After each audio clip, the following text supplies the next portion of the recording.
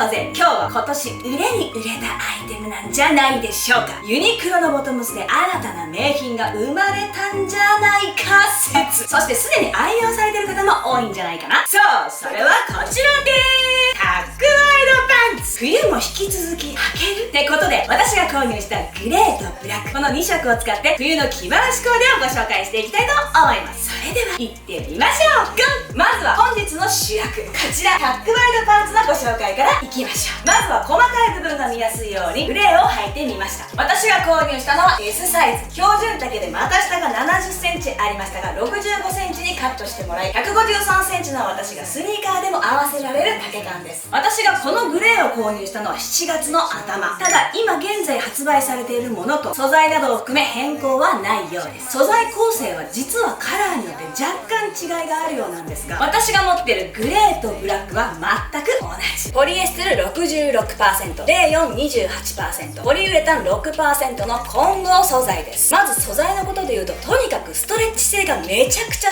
優れていて、ちょっと見ててね、縦方向にも横方向にも伸びるのよ、ね、これがマジで履きやすい理由の一つ。それからレーヨンが入っているので落ち感が綺麗に出てくれるので、ワイドシルエットでも必要以上の重たさが出ないこと。センタープレスが入っているのもストレートな縦長ラインを強調してくれる足長ポイント。そして忘れちゃいけないのがこのタックですね。お腹周りの体型カバーに一役買ってくれるありがたい存在。股上深めなのもアラフォーやママさんには心強いよね。さらにこのパンツのすごいところ、このウエスト周り見て、どう見てもゴムが入っているように見えない超綺麗なシルエットなんだけど、実はこれちゃんとゴムが入ってるんですよ。さらに洗濯してもシワになりにくいイージーケアってね。もうさ、なんて言ったらいいの？売れない理由がどこにあるんですかっていう一本。裏地はついていませんが透け感はありません。とはいえ冬のためのあったか素材でできたパンツではありません。真冬もまだありなの？ありでしょ。だってこんなにゆったりフィットであればインナー仕込んだって全く問題ないし、足元だってワイドシルエットであれば靴にかぶってくれるので、ちょっと分厚めの靴下仕込んだって全然響かないしね。ほらね、グレーがあまりにヘビロテで9月にブラックも追加購入しました。おそらくすでに AW 商品に切り替わっていた頃だとは思いますが、素材は先ほど話した通り秋冬仕様に変更したとかではなく同じものみたいです。ということでこのタックワイドパンツ2色をこれからの冬に着るならそれぞれの着回しコーデいってみたいと思います。まずはブラックから。トップスには真っ赤なタートルネックニットを合わせてみました。ニットはエストネーションで11月ぐらいに購入したもの。そして間に挟んだベルトはユニクロのもので9月ぐらいに購入しました。このパンツにはベルトループもついています。足元はパンツと同じブラックのブーツで、パンツと靴の境目をあまりはっきりさせないようにしました。赤と黒の組み合わせはコントラストがかなり強く出ます。コートもブラックにしてとことん強さを出すのもありですが、私は今回ブラ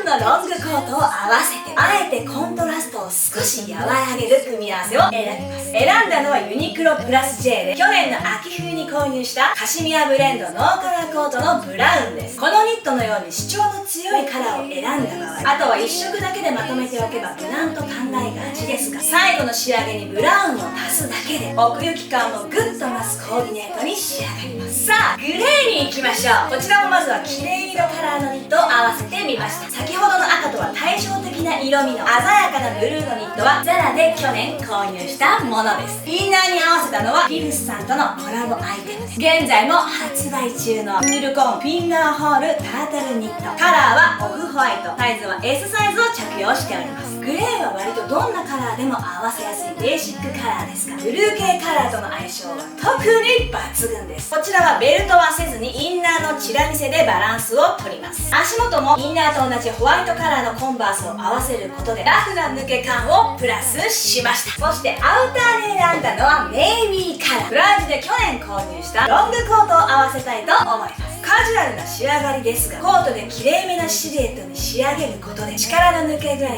絶妙な大人カジュアルに仕上がります。さあお次は私の大好きなスウェットアイテムと合わせた着回しパターンです。まずはブラックから行きましょう。で、ごめんなさい。また赤いトップスを選んでしまいました。1コーデ目と同じ配色ではありますが、スウェットとニットの違いでニュアンスや細かい着こなしも変わってくるのでご紹介させてください。スウェットはヴィンテージのアイテムで長年愛用しているものです。インナーとして着たのは去年23区で購入したシャツ。袖口、裾は程よくチラ見せしながら、襟元はスウェットの中に襟先をしまうようにして着ています。これに合わせるアウターはこちら、ハイクのトレンチコート。このトレンチコートは冬用のライナーがついているタイプではないので、さすがに真冬に着るならインナーダウンが必須かなと思います。1コーデ目と同じ配色であっても、ほんの少しの配分でホワイトを挟んであげることで表情が変わりますよね。スウェットを着るときはアウターにさらにカジュアルなアイテムを合わせるのではなく、きれいめまたはきちんと感のあるものと合わせてあげることで、ご近所着のような雰囲気から脱却できます。さあ、グレーもスウェットコーデでご紹介しましょう。インナーとして着用したメゾンキツネのスウェットは、先日の大阪古着屋巡りの際にアウラパリさんで購入した古着、そしてその上に合わせたのはマカフィーで今年購入したコンブレです。イエローカラーを目に飛び込んでくるだけでパッと気持ちを明るくさせてくれるような元気いっぱいの色味ですが、その印象に引っ張られすぎてしまうと一気に子供っぽさが増してしまうカラーですので、大人世代は着こなしに注意が必要。そんな時は無機質な印象を与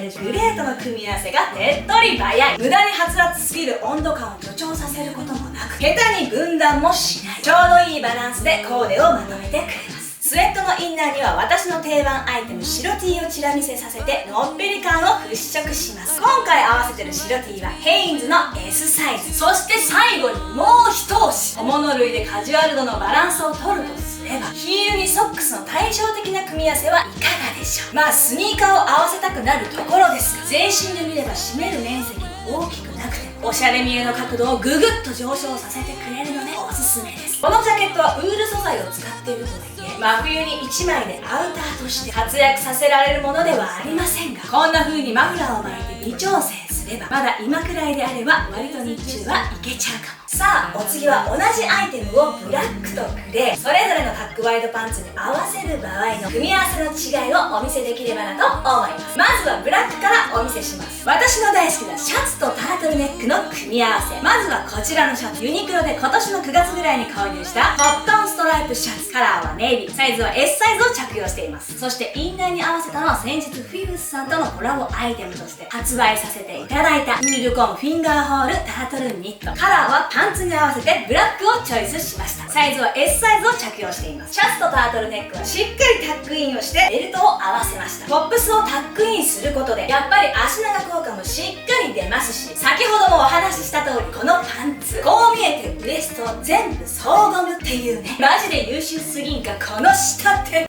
そしてこちらも今季購入したメゾンボワレのものです。カラーはブラック、バックルはゴールドのものを合わせています。足元に合わせたのはファビオルスコーニのローファーです。パンツやインナーにバッチリ合わせてブラックのシューズを持ってくるよりは茶系のボリュームを抑えたバランスのシューズを持ってくる方がちょうどいい抜けになってくれるので好きな合わせ方です。そしてこれにアウターを合わせるのであれば、私ならブラックのコートではなくネイビーのコートを合わせます。もちろんブラックが合わないわけじゃありません。首元もタートルネックで隠れている、手首もしっかり重ね着で隠れている、そして足首も見え隠れする丈感ではない。普段から抜け感を作るために3つの首のうちのどこかで肌見せをすることで着られている感を払拭しつつ全身のバランスを取ることに気をつけているんですが、やっぱり冬ってどうしてもそれが叶わないってことはありますよね。そんな時には素材の質感の違いやカラーの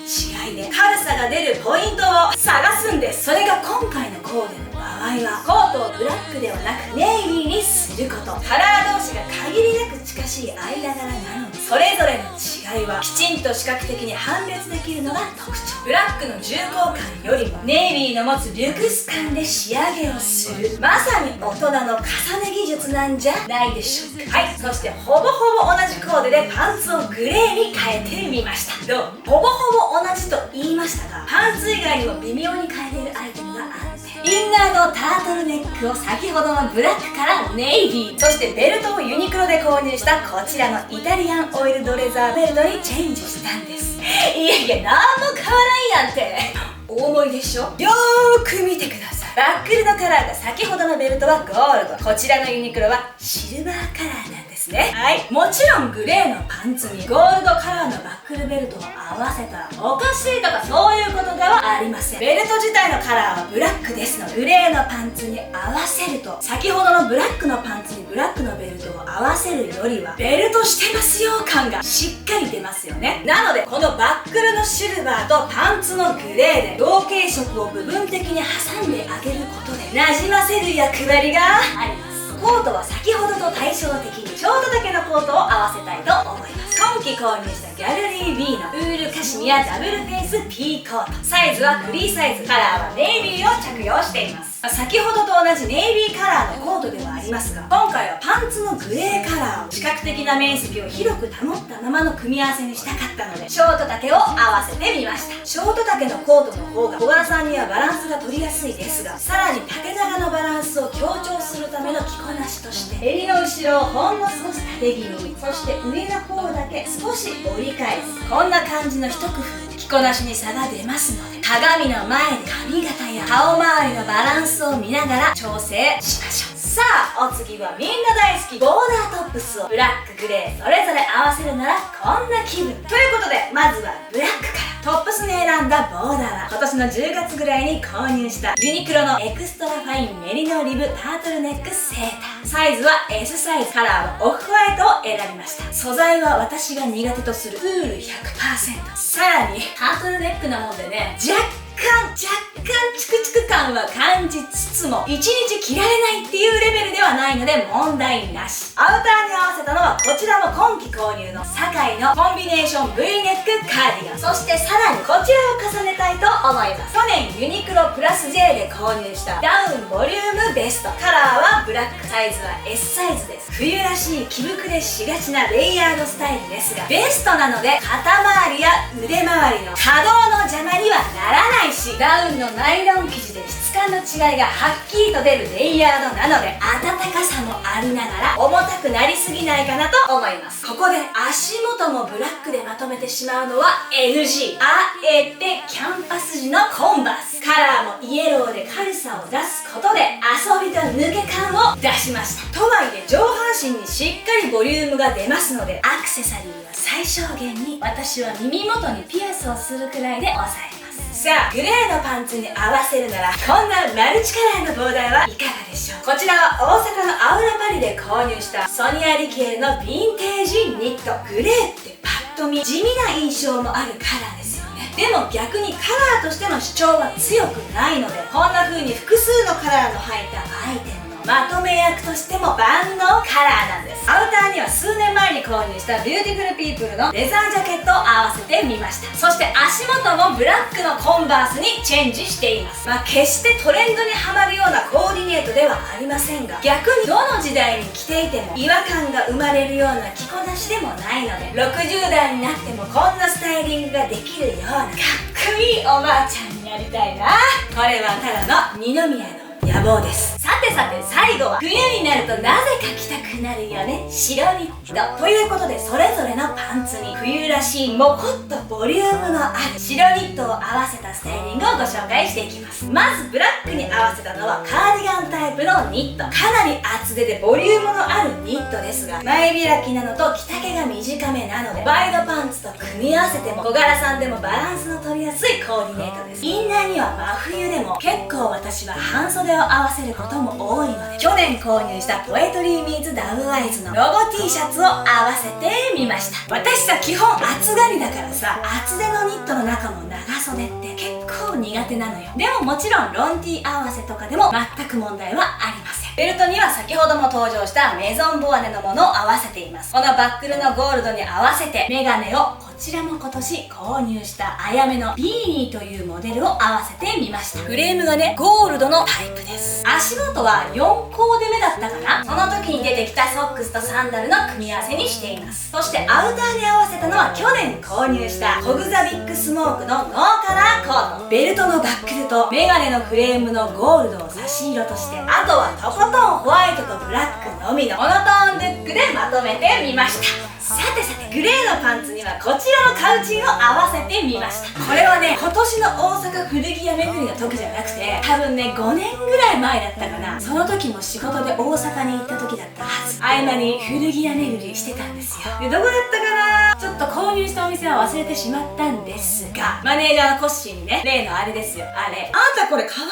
じゃない、あんたこれ着てみなさいよって言われるがままに試着。この柄と配色の可愛さにもうロックオン、即レジ直行みたいな感じだったと記憶しておりますが、そんな感じで購入したカウチンでございます。思い出の一枚、久々に引っ張り出してきました。めっちゃ可愛いんだから、この後ろとかね。そしてこのカウチンの中にあるグリーンに合わせて足元はニューバランスのグリーンにしてみました。まあ思いっきりドカジュアルなスタイリングなので、もちろんデニムと合わせても可愛いんだけどね、このワイドパンツがちょうどいいきちんと感をプラスしてくれるから、こんな感じのちょっと遊び心満載なトップスも受け止めてくれます。アウターは先ほども登場しましたピーコートを合わせます。土日に家族とちょっとお出かけするときに尖ったおしゃれとかかしこまりすぎたスタイリングをするのはちょっと違うよなって時には、こんな感じで元気いっぱいでまとめるのもありかな。ということで今回はユニクロで購入したタックワイドパンツを冬にもまだまだ着回そうということで、ブラック、グレーそれぞれ5コーデずつの着回しコーデをご紹介してきましたが、いかがだったでしょうか。ユニクロのパンツの名品といえば、私も何本も愛用してきています、スマートアンクルパンツ。これはね、私の中でも割と揺るがない定説になっているんですが、それに並ぶんじゃないかなと思っています。本当に一度も試着したことがない人がいたら、ぜひぜひ試してほしいです。カラーも私が今回ご紹介したグレー、ブラック以外にもダークブラウンとベージュがあります。私もちょっと買い足しちゃおうかしらと目論み中です。それではいつも最後まで見てくれてありがとう。いよいよ冬らしい寒い日が続きますが、元気いっぱいおしゃれしながら冬を乗り切りましょうね。それでは最後のいくよ。今日も明日も元気にいってらっしゃい。南田風がお送りしました。またね。